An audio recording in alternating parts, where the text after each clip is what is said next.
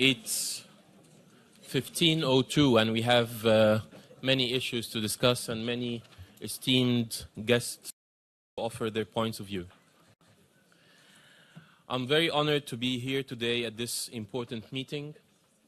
Our region, the Arab states, is undergoing painful transitions and enduring harsh conflicts. Women and men are suffering and have been suffering for years. One country that is truly making an effort to alleviate some of this suffering is Jordan. The country which for years have provided refuge to Palestinians is now also hosting a score of Syrian refugees, 600,000 to be exact, out of which 50% are women and children.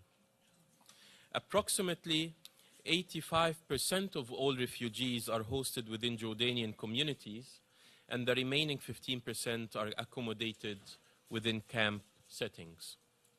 Jordan has taken pioneering steps in advancing the Beijing platform for action in the area of concern, women and armed conflicts, by championing in spreading the culture of peace at the regional level, working on the establishment of a national action plan on Security Council Resolution 1325, and taking major steps in promoting women's representation in diplomatic and peacekeeping missions.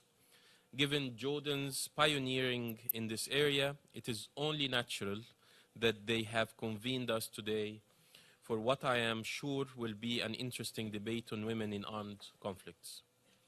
We often tend to view women and children as victims, but women are agents of change and have a transformative role to play in mediation, peace building, and conflict resolution. And I'm very interested in hearing more about the experiences from the distinguished panelists. I would like now to introduce Her Excellency Ms. Dina Kawar, the Ambassador and Permanent Representative of the Permanent Mission of the Hashemite Kingdom of Jordan to the United Nations, to provide us with some welcoming remarks, and also for Her Excellency to introduce Her Royal Highness Princess Basma bint Talal, who has a special message to us.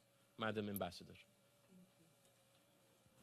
Thank you very much, and I'm so honored to do the opening remarks today, and I would like first of all to thank UN Women for this initiative and to make this event take place in this reality. I would also like to thank Salma, who has been doing a wonderful job, and the delegation, the Jordanian delegation, with whom I had the pleasure to have lunch and discuss things in more depth. Princess Basma, who you will be hearing soon after, she is one of the pioneers in Jordan who has taken up the role of women long years ago, and she has done such an incredible job. You need only to research to find out about the incredible job she has been doing in promoting women through the creation of networks and working on the laws in Jordan to try to advance the role of women. And actually, she is the reference for all of us when it comes to this issue. I would also like to say that Jordan is one of the countries that has been pivotal in all that is happening in the Middle East, because we started off with the Palestinian issue and the refugee and the women issues in conflict. Then we had the Iraqi refugees that came into Jordan. At one time, it was up to 750,000. And now with the Syrians, we have almost 600 or 650,000, plus the Syrian population that was in Jordan before. So we are well placed in the Middle East to be able to talk about our experiences, which I assume you will be doing. And just to say that women are the first victims in any war, not because men suffer less, but because they end up having to carry the burden of the family, and whether they are IDPs or refugees, or much of the time if they're alone because their husbands are not there. So as a member of the UN Security Council, Jordan is very active in promoting the role of women and the sufferances that women have had in wars all over. We should not forget what has happened recently with the Yazidi women and others in Iraq, and with the barbaric brutalness of Daesh towards these women. And that's something for us to remember, that it should not happen again. The same goes for the women, the Syrian women who are having all these difficulties. I will not say any more, and I didn't even read this. They always write me, and I never read. And I feel guilty about my staff more than about myself. So just to say welcome, and I leave the more interesting things for others to say. And thank you very much. I'm honored to have done. Thank you, Your Excellency. And now the video message from Her Royal Highness.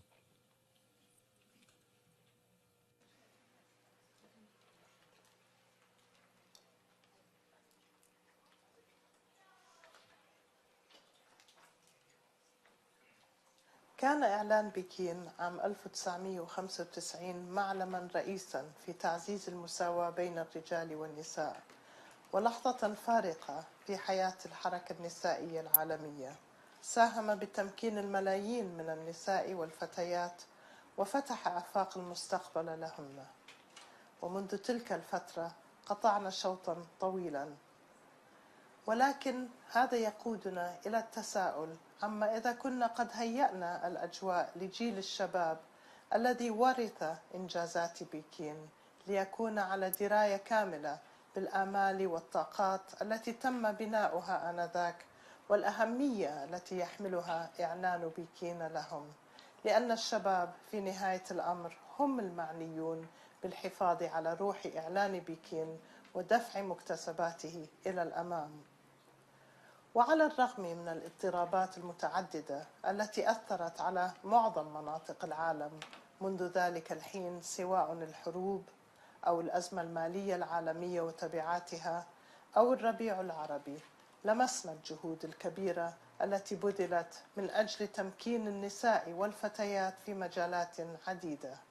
بالمقابل، علينا أن نستشرف ما يمكن أن يحمله لنا هذا القرن الجديد، وكيف يمكننا الاستمرار بتنفيذ إعلان ومنهاج عمل بكين بالرغم من مثل هذه الأوضاع وتداعياتها.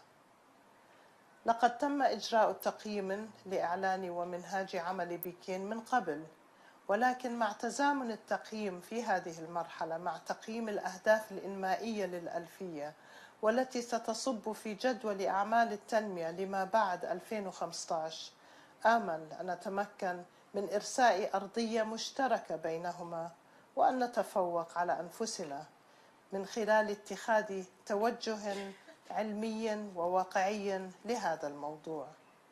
ففي نهاية الأمر علينا أن نبني هذا التقييم بكل جدارة على ما سبق، وجعل نتائجه أقرب ما يمكن للتطبيق. فبإرادة أخواتي العربيات ومشاركة المرأة في كل أنحاء العالم وجميع المهتمين بقضايا حقوق المرأة، أرجو أن نتمكن من إعادة الزخم والألق الذي شاهدناه في بكين.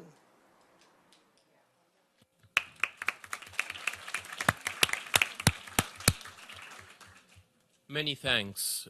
Some of the main messages: we need to pave the way for the role of youth in implementing the Beijing Platform of Action. We must examine where we stand today, and we have to find a common ground between the SDGs and the Platform for Action. Needless to say, it is excellent to see the strong political will and commitment from the government in this area. We will now proceed with the panel discussion, aiming at having this as interactive as possible. I will ask each of the speakers one question, and to request that their initial intervention is no more than 7 minutes before proceeding into a discussion, which I welcome by both the panelists and you, the audience. First is Dr. Salma Nims, the Secretary General of the Jordanian National Commission for Women. Dr. Salma has a very rich background working on women and development on all sides of the spectrum, government, civil society, the United Nations. Dr. Salma, may I ask you to provide a brief overview of Jordan's major engagements at the national and international level to protect women in armed conflicts, and if possible, link it to your work done specifically under the 1325.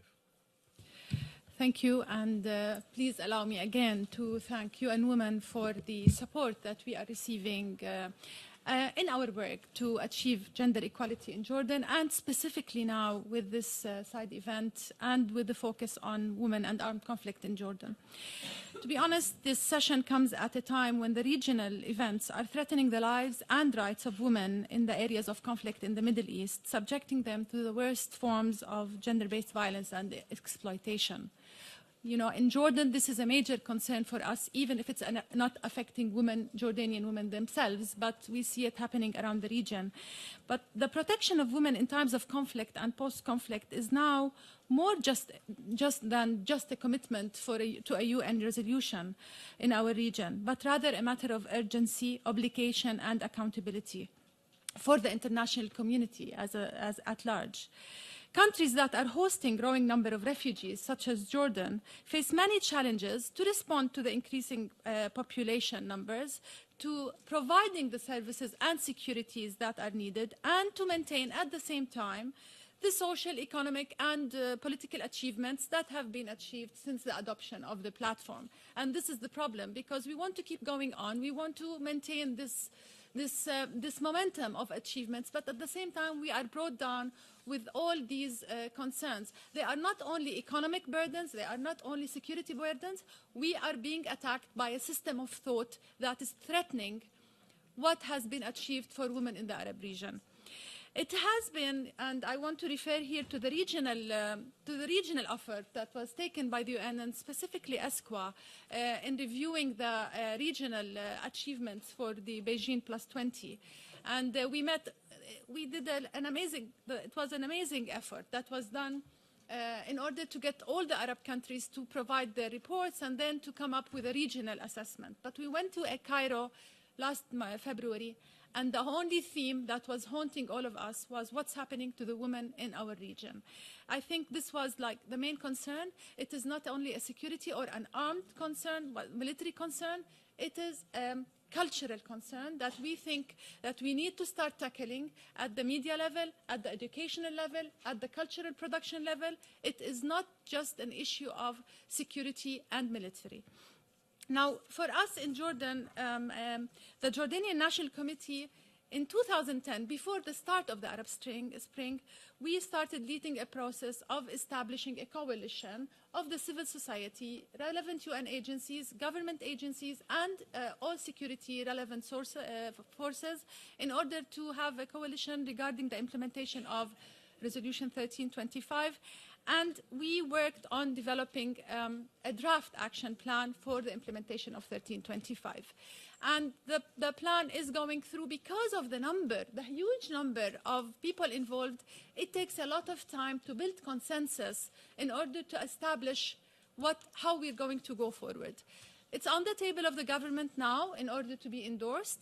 What we want and why we need it, I think Jordan has done a lot, and I will talk about it, towards the implementation of 1325. You don't need a plan to do that, because it is because we've already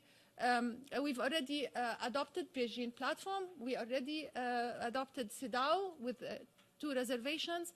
So Jordan is committed to achieving gender equality and to ensuring women's participation in decision-making, regardless of 1325. But we need 1325 now more than ever, because we need to be able to monitor and to actually say how far are we going and who's doing what.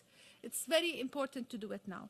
So now the plan is based on 3 main pillars. One, it's related to the enhancement and protection of girls' and women's rights in and in front of the law. Second, mainstreaming gender in policies, strategies, programs, and plans, and their implementation process. And third, raising social awareness and building capacities and partnerships between the government and the civil society towards the implementation of the resolution. So it is not only related to, we have the framework for, and this is very important, in Jordan, the framework, legal framework and services that are provided in terms of protection of women from violence are all provided regardless of nationality. Whoever, the law is implemented on everyone and the service are provided to everyone, whether it is governmental services that we have, but actually, and we have the civil society on the table with us, we are very proud in Jordan with the amount of effort that the civil society, in addition to the UN efforts that are being given to refugee women and to host communities. It is very important that there is now an effort that not only we are protecting the women inside refugee camps, but there is a recognition that the host communities and women in host communities are also bearing the effect of the violence and of the 2 minutes left. Okay. So I think this is a very important notion that we need to talk about. I just want to bring attention to the fact that despite all the efforts that we do, there are many very important relevant issues that are affecting refugee women now in the region, especially in the issue of forced child marriage. I think is a very important issue that we really need to look about. I know that there are arguments, even in Jordan, even between Jordanians, it is still relatively high. It did not come down. It's 13.2%. For refugees, it's around 28%. Some people argue that this is part of the Syrian culture, and I beg to differ, because you have to think, in what context was the girl getting married when she was in her rural area? Who was she marrying, and what was the negotiation powers that she had, or her family had? So it might be her cousin, it might be someone who's only 7 or 8 years older than her. But now the situation is that they are in a weaker position, and then it is a different form of marriage under different power relations, and it means that they are being exploited. And we are doing a lot of efforts under the gender-based violence. So I'm ending with this. The gender-based violence task group that is working with the UN. We are working on the task force on forced child marriage, and they are working with the religious ministries in order to be able to start facing this major problem, in addition to the other issues, which probably we will bring up while we are discussing around the table. Thank you. Perfect timing. It's not a security issue only, and we need a comprehensive approach to work on it. The commitment from Jordan came way along before putting the 1325 plan. There are 13 pillars for the plan, and there are many issues affecting women in that realm. One of the main issues is the child brides or the child marriages. Next is Ms. Ala Murabit, medical doctor, founder and president of the Voice of Libyan Women, UN Women Advisor and UN Security Council Resolution 1325 Advisor, Women, Peace and Security Expert. Ala has broad experience on women, peace and security from the region, and is the founder of the Voice of Libyan Women, a prominent women's rights organization based in Libya. Ala, I would like to ask you a question that is at the forefront of the regional debate right now, and that was also tabled at the recent Beijing +20 review meeting held in Cairo, namely the concrete threat of fundamentalism, terrorism, and the increasing involvement of non-state actors in armed conflicts. How do we address these challenges from a rights and equality perspective? Ala, 7 minutes. That will be extremely easy to answer this question in 7 minutes. First, thank you very much for having me, and thank you to UN Women for organizing this along with the Jordanian mission. I get to be in Jordan in 2 weeks for our 1325 global study consultation, so I'm extremely excited. When it comes to non-state actors, and I will first preempt this by saying I was born and raised in Canada and have lived in Libya since 2005. So my experience of governance has gone from a democratic country to a dictator regime, to a revolution, and now to what many, including myself, would call a civil war. And because of that, my perception of non-state actors has been extremely colored. We tend to, when we talk about non-state actors, only talk about military non-state actors. And we forget to recognize that before they were military, they were something else. They were youth. They were tribal leaders. They were rural community leaders. They had some sort of relevance, importance, and legitimacy within their community that gives them legitimacy they now have, with the added benefit, of course, of arms. So the way that I've always presented it, and the way that I hope we can start looking at it really, is what space is made available to these groups that makes them feel so out of place in the governance of their own country that they choose violent methods. And in order to explain this, I'll give you an analogy that my mother gives me. My mother's a very smart woman. She's raised 11 kids. All of us are still alive, so I give her a lot of benefit. My mother gives me an example of, imagine you own a house, and this is your house. And your house, it might have broken windows, the lights might not turn on, but it's your house, you own it. And you sit in your house, and one day someone comes into your house, the only thing you have in the world, and they rearrange the furniture. My mom is very generous, by the way, when she says rearrange the furniture. Because usually when someone comes in, they do a lot more. But so they rearrange the furniture, and they invite you into your own home.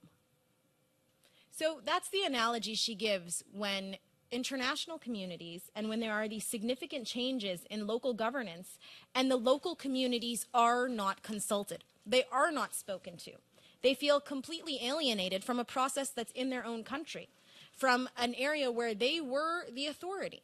So when you go into a local community, and my number one recommendation when it comes to human rights and non-state actors is don't give them the opportunity to become violent non-state actors. I mean, we tend to, at least what happened in Libya was after the revolution, we had a post-revolution transitional period that was driven by diaspora and elite, and that's not what we need.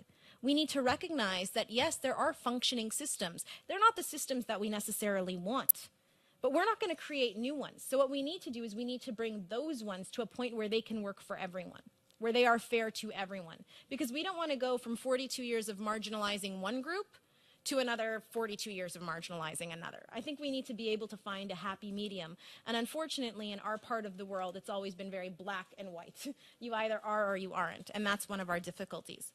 To speak really quickly to Women, Peace and Security and Resolution 1325 and the Beijing platform, I'm really glad you mentioned youth, and I'm really glad actually that Princess Besma mentioned youth, thankfully. Because we tend to always talk about youth relevance and importance, and I never see them anywhere. So I feel like that's probably a step that we all need to take to ensure that more youth are involved in our own policy-making processes and that we see them on public policy-making, right? Because a lot of these conflicts are driven, or our youth are either being utilized as conflict drivers or are driven by youth. Let's not deny it. But they also are easily solvable by youth. And I think that when we have decision makers and policy makers who don't necessarily think in that same capacity, much like we say we need more women in decision-making spheres and in mediation spheres, we need more youth. We need to recognize that their concerns are valid. We need to recognize that there is a conversation that needs to be had with women, with youth, with minorities. And I feel like that is the best way to address non-state actors, is by making them state actors, by making them part of the conversation before they choose alternative methods to express themselves and their concerns. So I hope that was in time. Thank you.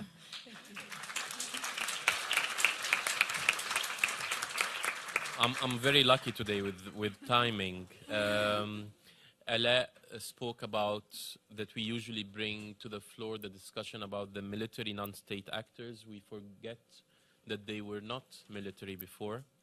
The importance of inclusion of all parties, but also with a special focus on youth. It's important not to alienate youth from the process. Moving beyond the policies now, we have Ms. Ghada Saba. Ghada uses film as a medium for communicating her messages with a body of work that stretches to over 250 documentaries and short films. She focuses on the importance of human rights in her work. Media plays an important role in gender equality. The use of media can be incredibly powerful or very harmful. Ghada, as a filmmaker and women's rights advocate, What are your views on media's capacities to address and deliver the stories of women in the Middle East and women who have experienced conflict in particular? What are challenges and opportunities in this area, and what role and responsibility does the media have? Reda. 7 minutes. Please. All right. Thank you, and women. Thank you, Jordan, for having me here. It's a great opportunity. Well, let me start saying that the international media focuses on numbers. It focuses on stories that have already taken place and become news. For me, it's different. I focus of listening to people and focusing on women in general. I don't have successful stories or not successful stories. I have ordinary women who are facing their daily life. In Jordan, as everyone by now they know, that we have refugees in camps. We have the second biggest camp in the world. But I think our problem is with the refugees outside the camps. These women and children, and when I say children, I say boys and girls, are facing so much on a daily basis. Okay, I hope I'm going to stick to this, but Dr. Salma early mentioned the early marriage, and I just wrote an op-ed on Women's Day talking about a girl in early marriage, a story about a girl in Zaatri, when Zaatri started, which is like 3 years ago in Jordan. And this woman, she was 12 years old. This girl, she was 12 years old. She was married. After 3 months, with no legal papers. After 3 months, she was sent back as if she's an item, sent back to her family. And she didn't know that she was pregnant because she's too young to know what's happening with her. The father get lost. He didn't know what to do. He tried to call the husband. No respond, of course. The husband is from another country. He already left Jordan. And what happened? The father had to make the registration of the baby under his name. So I'm just giving a small example. What are the challenges that women are facing now with such a big problem, such as early marriage? So anyway, so the women that they need help, when I go and visit them and see them and film them, I discover that they don't know that they need help. They need someone to tell them that they need help because they don't know that this is something that's abnormal, that what's happening with them. They don't know their rights. They're not educated enough to know their rights. They're always after what the men going to tell them in certain areas.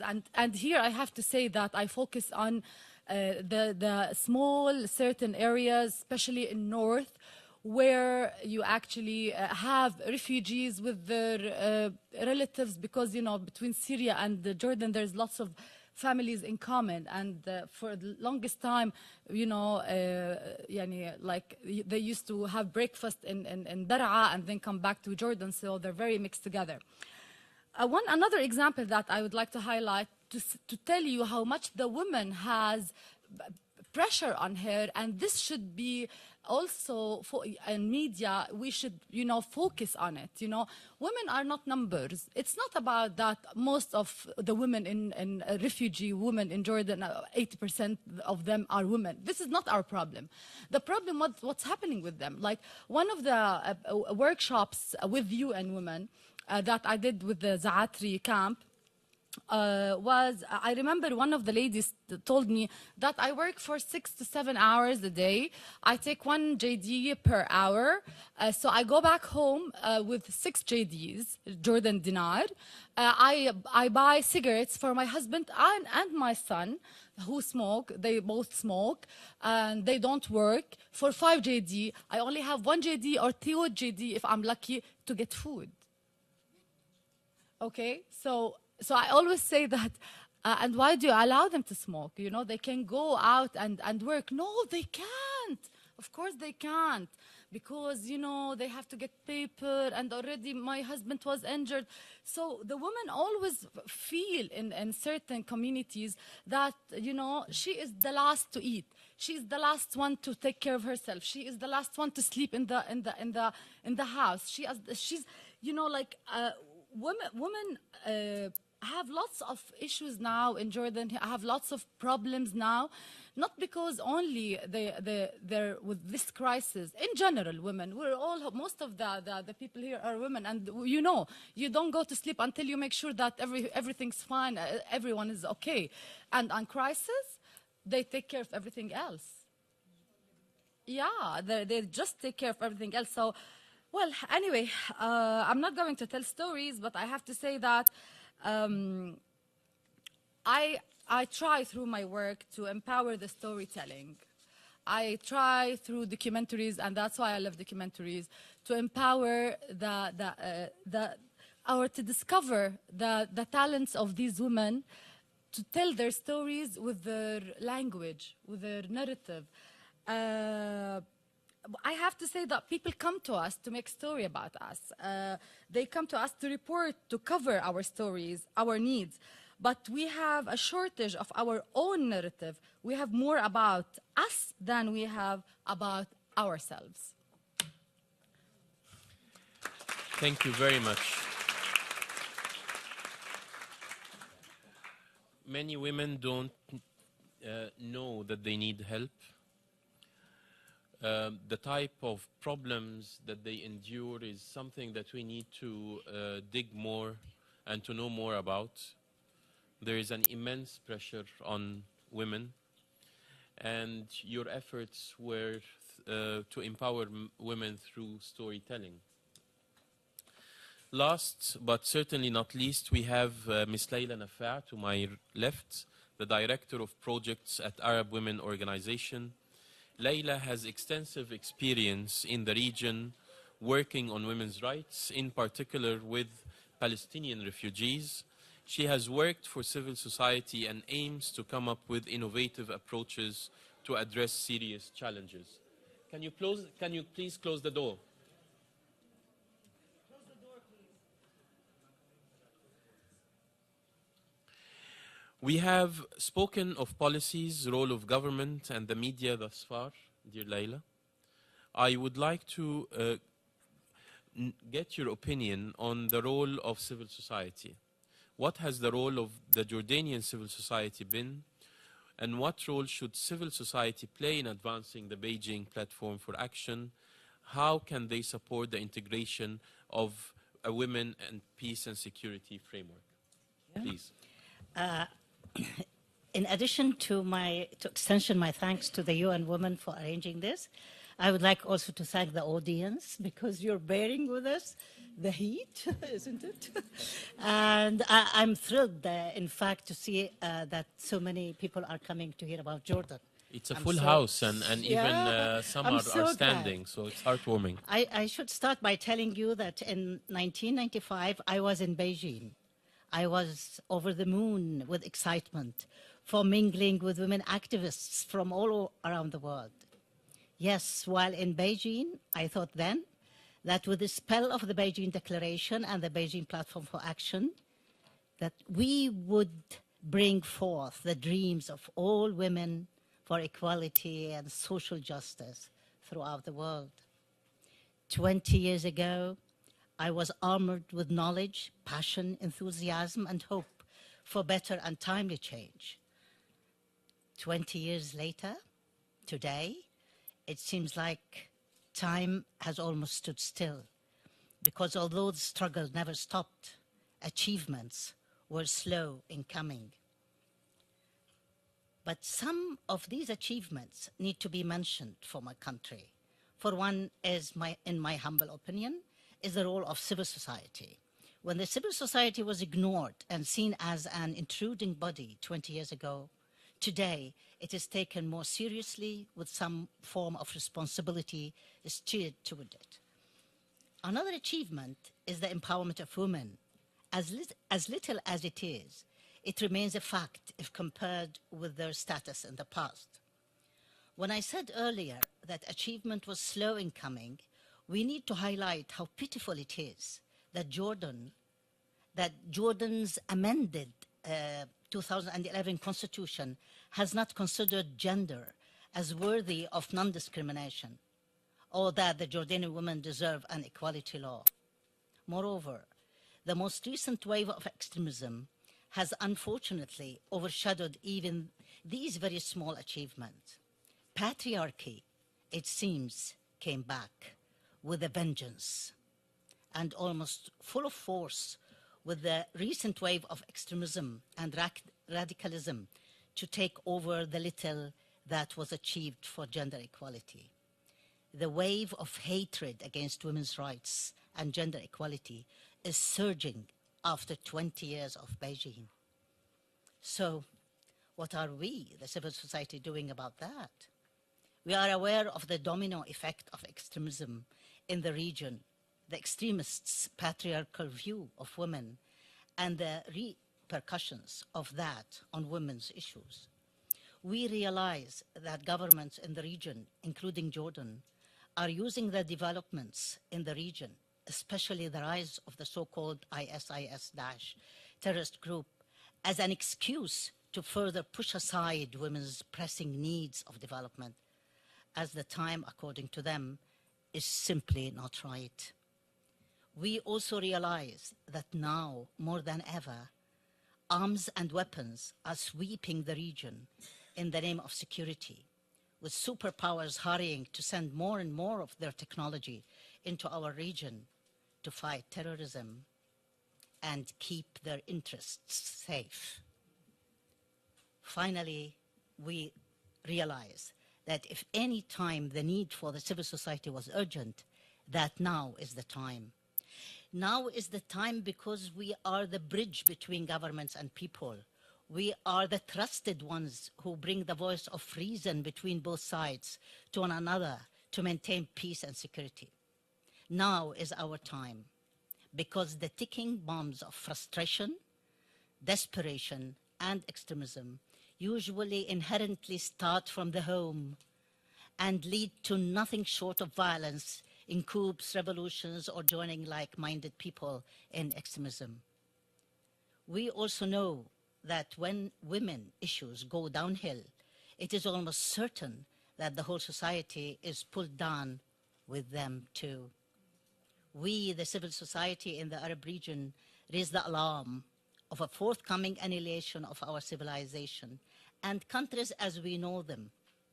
If we, the women, are continuously marginalized to a point of exclusion, the age of darkness will cloud our region and reach the whole world, as has been quite evident recently of how small the world is. So again, what we will do? We demand our governments to reduce its excessive military expenditure and to monitor and control the widespread availability of small arms. We demand a stop to arms race in our region. We demand a peaceful approach to conflict resolution, because we all know that violence breeds more violence. We know the hysteria and madness of what we are doing, and we unrealistically continue to do. Pure madness.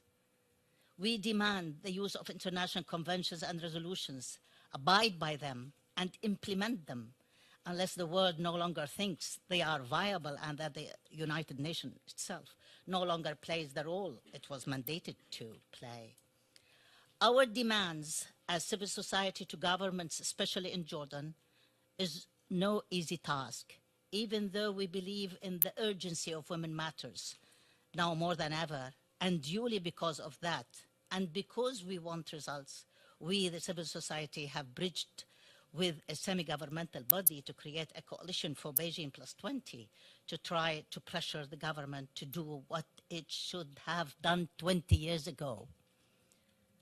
We also, as civil society and women organizations, realize the need to work with men and boys to be able to make any sufficient and lasting change for women's issues, which is why our work has started to include the other half of the society, challenges and obstacles remain, but pursuit of justice remains as steadfast as ever.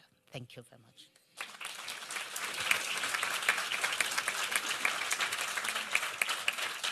Thank you very much. Pursuit of justice remains. Many issues were highlighted. Many achievements on the Beijing platform for action for the past 20 years. Stronger civil society, more empowerment for women. However, patriarchy is still very strong, and the extremism is overshadowing the achievements that we have gained. The arms and weapons are sweeping the region, and we need to look at and up to the civil society as a conduit.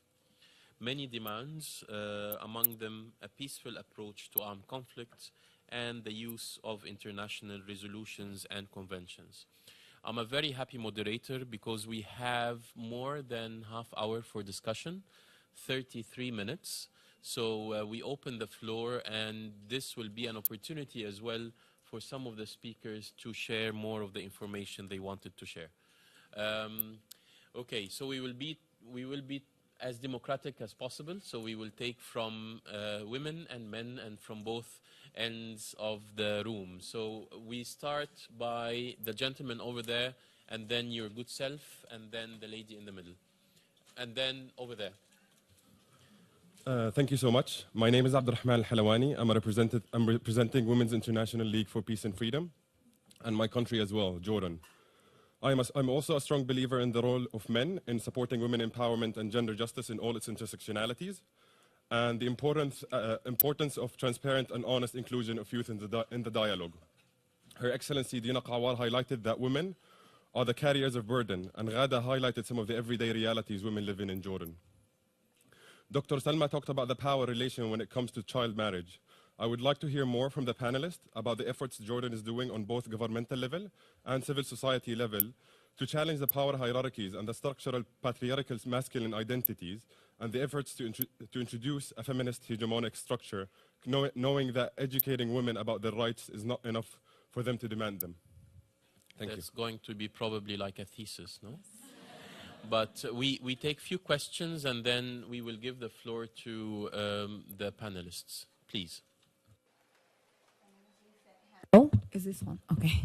And I'm with an organization called the Red Umbrella, and we work in at-risk communities and refugees, empowering women and girls.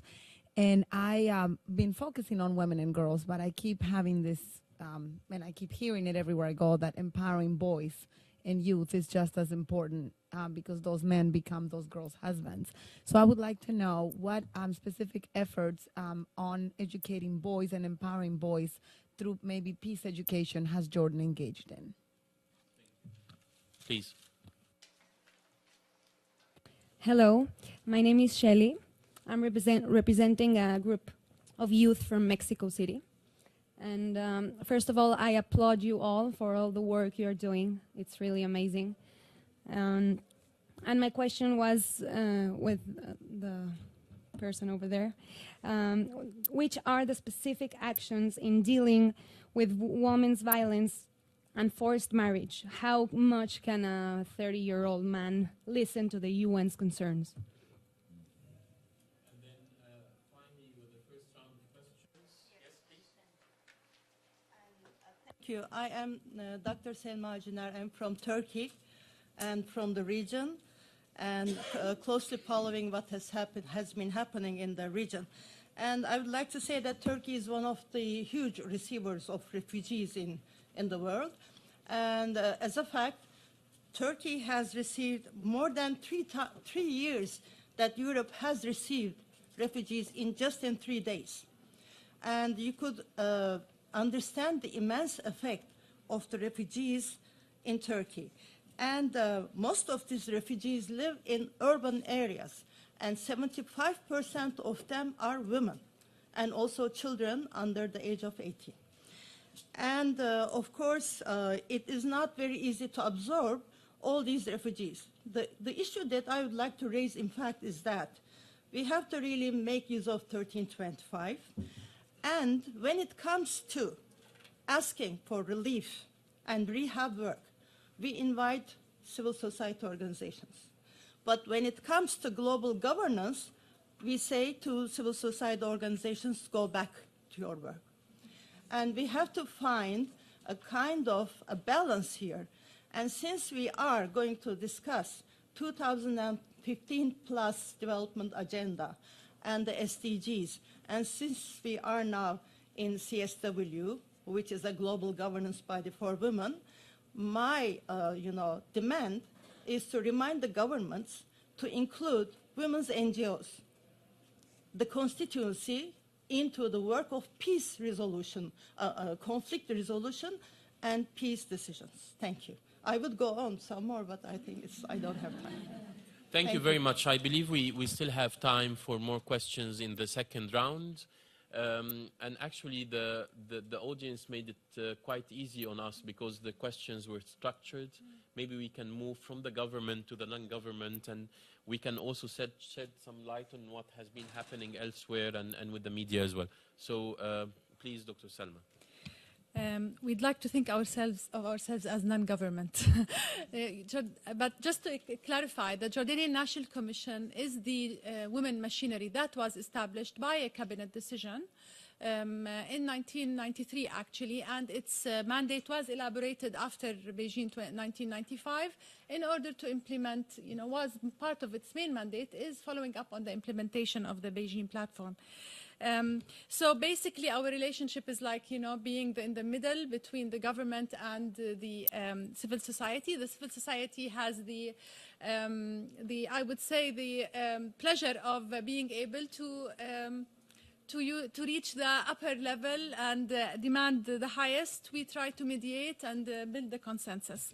About men and boys, it is one of the major challenges, and we realize that without the engagement of men and boys, we really cannot change anything. In the morning, the general discussion was about the engagement and the role of men and boys in achieving gender equality. And one of the main issues that I raised is the concept of narrative. Okay?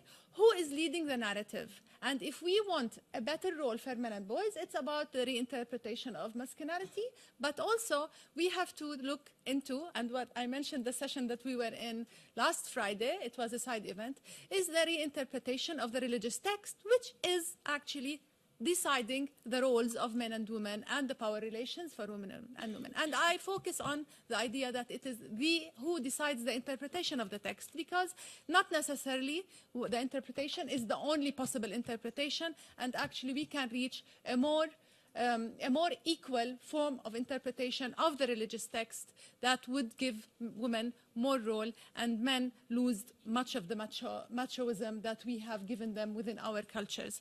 JNCW actually has embarked on working with mainstream youth organizations to give them, to actually in our last 16 days of activism, instead of us leading the discussion and dialogue about issues related to women and gender-based violence, we actually worked with youth organizations. And we found that it is very successful and better approach, because let us face it, especially in a country like Jordan, when we, women movement, are seen as feminist and as an only woman system, okay, it's a woman feminism, not men and women, and as elitist, we are not seen as we are representing all the culture within the So we thought, okay, let's approach the youth, let us give them the issues and let them debate the issues themselves.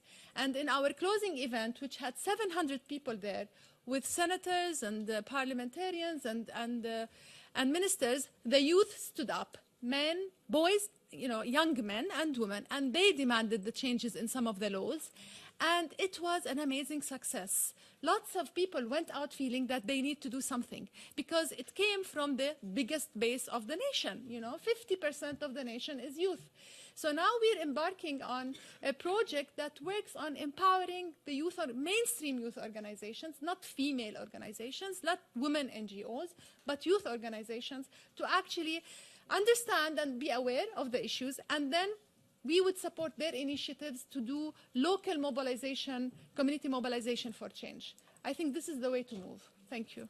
Thank you very much. And before I move to Layla and give her the floor, I would like to also announce that UN Women is started embarking on the first regional survey on masculinities, what define masculinities for men and boys, and we will be working on engaging men and boys in the gender equality and women's empowerment in the region. The other issue is that we've discussed briefly, but we've also been working with Musawa, the movement, and Al-Azhar as well, to look into the interpretations of fiqh and rereading the Islamic text from a different eye, from a more gender-sensitive eye, and hopefully we will gain traction within the coming 2 years. Layla, the floor is yours. Thank you again. Well, it seems that we're going to focus the debate on the inclusion of men and boys, because this is out of the civil society and a confession from our side that we neglected it for long. And it is time, high time. Now, when it comes to the organization I work in, we are including men and boys into our programs for helping women in their host communities who are refugees from Syria. The idea here is that the engagement is not just by numbers, or it should be an ongoing engagement, because we need to change attitudes. We need to change mentalities. In the part of the world that I represent, that culture is entrenched. I mean, not hating women's rights, as I said in my speech, but the way they don't consider it as important. The urgency thing that we deliver is not there. So we would like men and boys to feel the urgency of having women's rights. I would like to go to also the question about 1325 and the relationship between the SDGs. From my point of view, civil society, we need to find ways and means and innovative approaches in order to link not only Beijing and the SDGs that are coming, but also to use CEDAW, because it is a binding treaty, where every 4 years the governments have to deliver a report. So they are under tension. They would like to say something that they have done. And also, when we speak of the Beijing Declaration or the Platform of Action, we do have details. I've spoken just a little bit about arms conflict, but if you open the document and read about it, they speak about everything. This is an achievement, that it is a reference, and we know when we go to that document where are the areas that we should work in order to stop the armed conflicts or help women in that area. We need to link it with the 1325, because it is now the thing that is governing the whole world. It is the GBV. GBV is increasing, and 1325 is trying to follow up with subsequent Security Council resolutions. Now we do have over 8 ones. They speak even about taking the rapists to the criminal court, to the International Criminal Court. This is good achievement. And because it is the Security Council, it is a strong tool in our hands. Now, with this SDGs, we know that with the draft, that we do have a standalone goal for women's rights, and we do have also other goals that speak specially about gender-based violence, which is, I think, goal number 3, and putting them together and putting the 1325 and its subsequent, putting Beijing together and this now. With this formula, we feel that we are empowered. We feel that we have more people to our side. We feel that if even they don't accept this part of what we're calling, we can go from another side and tell them, look, this is binding to our government and we should follow it. We hope that also the SDGs that are coming in September will also have indicators and will also be binding to our government, not just reports that are put on the shelves, but to have a mechanism where governments are not only monitored by the inside, and the civil society is weak everywhere, and inside our countries it is also weak, but we need the strength of the international civil society to support us in order to make them real. And thank you. Thank you very much. Ala? So I think there's a bit of disillusion about the reach of the international community, and I think we have to recognize that. It's not about getting the 30-year-old man to listen to the UN. Right? That's not the end game is not that he should be listening to the UN. The end game is that we create systems in that country that make it impossible for him to listen to anything else. Right? So there need to be legal structures in place within the state. And I think that whether it comes to child marriage or peace processes, there's such a reliance on the international community. Multilateralism doesn't work if the state is weak. It just doesn't. The international system is built on a strong state system, right? So one of the problems, and we're talking now about men and boys and incorporating men and boys, and is that for whatever reason, when we talk about women's rights, we never seem to be able to work in parallel. We can't do multiple things at once. There is a need for all different kinds of organizations. There's a need for the organizations that will work with men and boys. There's a need for the organizations that will work with minorities. There's a need for organizations that will work with religious leaders. And there's a need for the elite organizations that can work with politicians. We need them all. It has to be more holistic than, okay, well, we've been ignoring men and boys for 40 years. Let's work with them. That's not how it's going to work. We need to be able to incorporate everybody into the same conversations if we want to get genuine responses, right? So I think we just have to be much more realistic, because I hear about, women don't know their rights. Women are not educated enough to know their rights. And I feel like that's a disservice to a lot of women. I feel like a lot of women who are married at 13 probably know what they want and probably recognize that what they have isn't fair, but they don't have alternatives presented to them, right? So I think we need to be more empathetic of the realization that you cannot go in and talk to a young girl who's married to a 30-year-old man unless you give her alternatives and unless there's a system in place where she can maybe keep her children.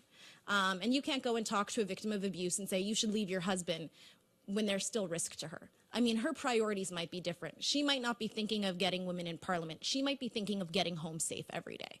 So I think we need to recognize that there is a need for different bodies, and we keep trying to make this one sole mission, and that's great. The end game is wonderful, right? The end game is getting women in peace processes. The end game is getting personal status laws. The end game is reassessing what the cultural and societal norms which influence women on a daily basis are. But we can do it in different ways. There's a place for everybody at the table, and I think we just need to genuinely stop being so limiting and say this is the only role we have. So I just want everybody, because the questions are, well, how do we get them to listen to the UN? The question isn't how we get them to listen to the UN. The question is, how do we create states and systems which recognize everybody so that the state systems speak to those people and they feel like they have a place to go. They feel like they have a structure. They feel like they have limitations and rules and policies and laws which are representative of them and for them, right? So I just wanted to kind of put that out there. Thank you, Ala, and I think it's an important realization that we need to have, that everyone has a place under the sun, but also that the different roles that are played do not take away the financial resources from the others, because that is a fear that some groups have, that, well, engaging with men and boys or engaging with youth or etc. may take some of the financial resources that have been dedicated to other fields. So that's an important realization that we need to take. Yeah. So I disagree with that for one reason, and I've heard that all the time, like, oh, the resources will be taken. Personally, when we give resources or when our organization does that, it's much more appealing to me to find an organization which is holistic. I feel like, for me, the idea that, oh, well, these can only speak to youth. If an organization is coming to me saying, we're working with local university groups, we're working with local women's groups, we've created a network with local imams, we've created a network with lawyers, to me, that's a much more appealing resource structure that I would put my money into than groups that say, well, we can only work with the 3,000 youth in this city. So I feel like I don't know, but a wider reach, as long as it's organized, just makes more sense. I don't think that's I don't think that would be a difficulty. And that's the counter argument.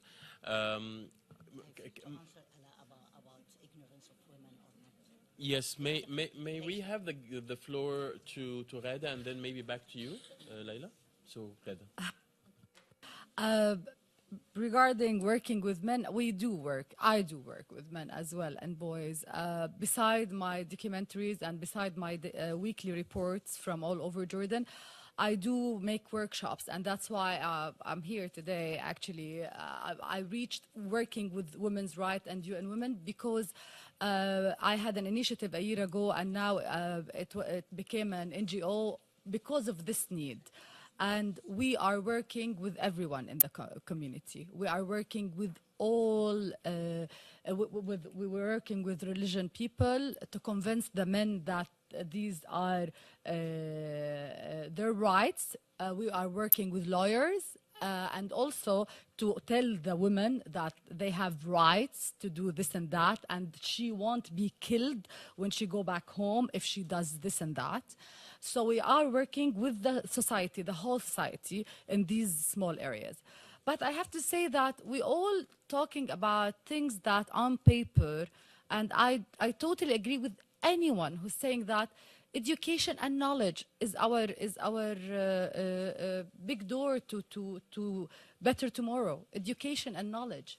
I think if they are educated enough, these women who are 13 and married, or they have the access for to be educated, it really will immediately change the whole thing. Lots of Jordanian women today are suffering from being divorced because lots of Syrian women got married to Jordanian men. I'm so sorry to say that, but I'm just going to say it very quickly. Lots of Syrian women now are married as second wife to Jordanian men because the father used to think that, of course, all men in some places they think they own the woman, so they can buy and sell and whatever. So Syrian fathers, they want to get rid of another mouth to give some food to at the end of the day. So the only solution is to sell the girl, and that's what's happening. And probably some of us remember the father that came after a Friday prayer saying, I have 5 girls, 12, 18, 20, 21, 23, anyone wants to get married to them, they're for free, as if, again, they're items. So I think if these women know what are their rights, and if there is knowledge and changing of attitude, and working with all the community, not only, they won't hear us, but they will let us hear them if we give them the comfort. And that's what happens with me. I give them the comfort. I wish, I always say that, I wish I have on camera what I have behind the camera. And unfortunately, usually what I have behind the camera is much powerful than I have in front of the camera. And that's why sometimes I have to live with these women, and I have to make workshop with the community for like a week or something like that, so I can be able to know that, al-Mundhir is suffering from being abused. This Jordanian woman is suffering because she's divorced, because she didn't want to be the second wife, so she got divorced, and nobody is actually fighting for her rights to have money from her husband to support her, and she's not educated, and she doesn't know what to do. So I believe that education and knowledge will change the attitude, will change the behavior of the society. And we don't need laws. No, we don't need papers, and we don't need to sign these papers with law. I'm so sorry. I think we need to change the way people think. And the implementation of existing laws. Yeah, exactly. Because, because I always say that, I'm quickly going to finish this, but why I concentrate in women, please understand me. I concentrate in women because women should raise the coming generation that actually is suffering from the crisis that we are facing now. And this generation should be capable of rebuilding their countries. If they're not capable to do that, if they're not cultured, if they don't know what is culture of peace, if they're not educated, trust me, we will stay in this, let me say, black hole forever, and we won't be able to get out of it. Thank you, Reda.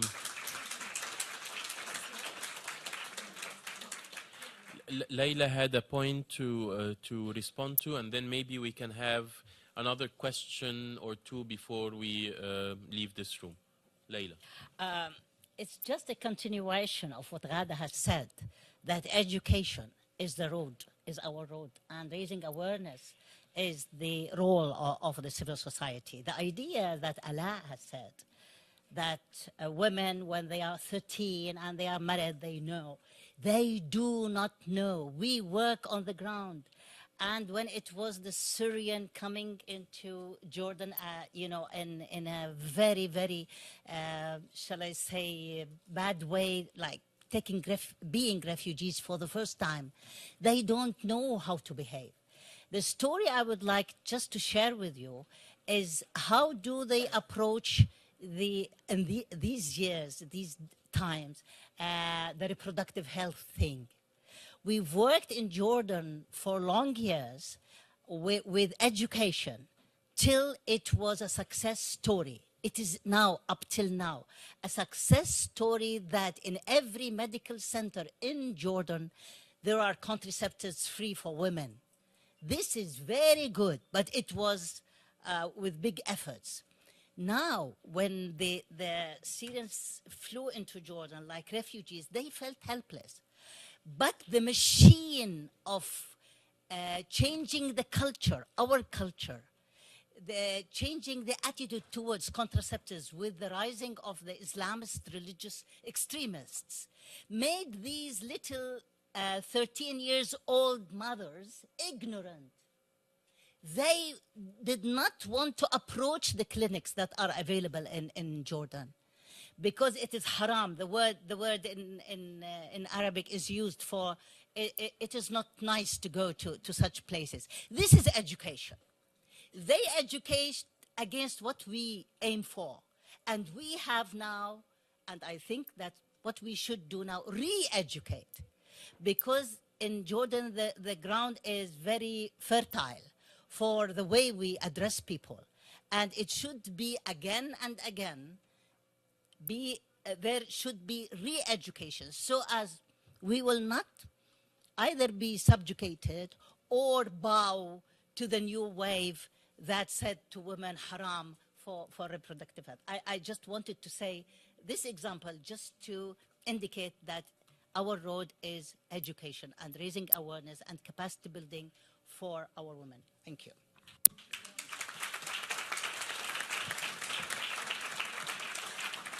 I believe between what Ala said and what Ghada and Layla added lies the truth. Sweeping generalizations do not apply in many cases. We have one question and like enough time for one question. So I think the lady here was the first to raise her arm, and then maybe you can catch the speakers outside the room if you wish. So please. It seems that one beneficial way where you're addressing men and women and daughters and sons is to be able to address some of these issues by establishing a healthy marriage where there's a healthy identity of the masculine and the feminine working together to build their family and to build society. So are there any ways that you know of that you would like to implement in order to strengthen that marriage with a proper masculine and feminine relationship? Because then you're going to men, you're going to women, you're going up to grandparents in history in a healthy way, but you're going down to the next generation. So how do you implement and strengthen that? Education. Yes, no, because there are more than one level to work with. Definitely, we're still at a time where we need to revisit our educational system in Jordan. a lot has been done in terms of, facing and confronting stereotypes of men and women in society. But still, we don't, I think this is something that we're also advocating for, which is having a more critical assessment of the roles of men and women within society and in the family within the educational system. We still face, even till now, questions of making assumptions about the effect of women going out and working and how that affects the family. So we still have a lot of challenges to deal with. Cultural production. This is another area that we're really worried about. I think that, sadly, not only, I would take, theater is amazing, actually. Theater is the part that breaks the taboos. But if you watch television, the stereotyping of the relation between men and women in soap operas, and we have a friend from Turkey. Actually, Turkish series is affecting a lot, and it's not really, it's not funny, it's sad. I think we have a problem now that TVs and the media is reproducing a certain form of relationship between men and women that women actually in real life do not have. We don't have it, and it is being disseminated, exported, and not only in Syria, in Turkish shows, but now it's the boom. Before it was Mexican, by the way. And we have even the Syrian, before we had Syrian shows that shows only the Syrian lifestyle 100 years ago, and it was romanticized. You know, all these productions, cultural productions, I don't think there is enough investment in new forms of cultural productions. Social media is an amazing channel for change, but at the same time, it's becoming a channel for reproducing hate, reproducing bigotry and discrimination, and also, you know, stereotyping of women. Women in Jordan now are given, for example, high leadership position, and the minute this woman gets given this position, appointed or elected, immediately all the conservatives within the society start judging her by the way she's dressed, and instead of looking into her qualifications. So really, this is not something that we alone, as if I'm standing here and saying I'm representing the government, everybody has a responsibility. And what Allah has said, everybody should be on the table, everybody should be involved in order to make that change. We have to evacuate the room. Yeah. Because there is another side event that will start shortly. But the good news is that we are offering refreshments just around the corner. We need that. And this is where you can catch our panelists. Thank you very much for being here. Bye-bye.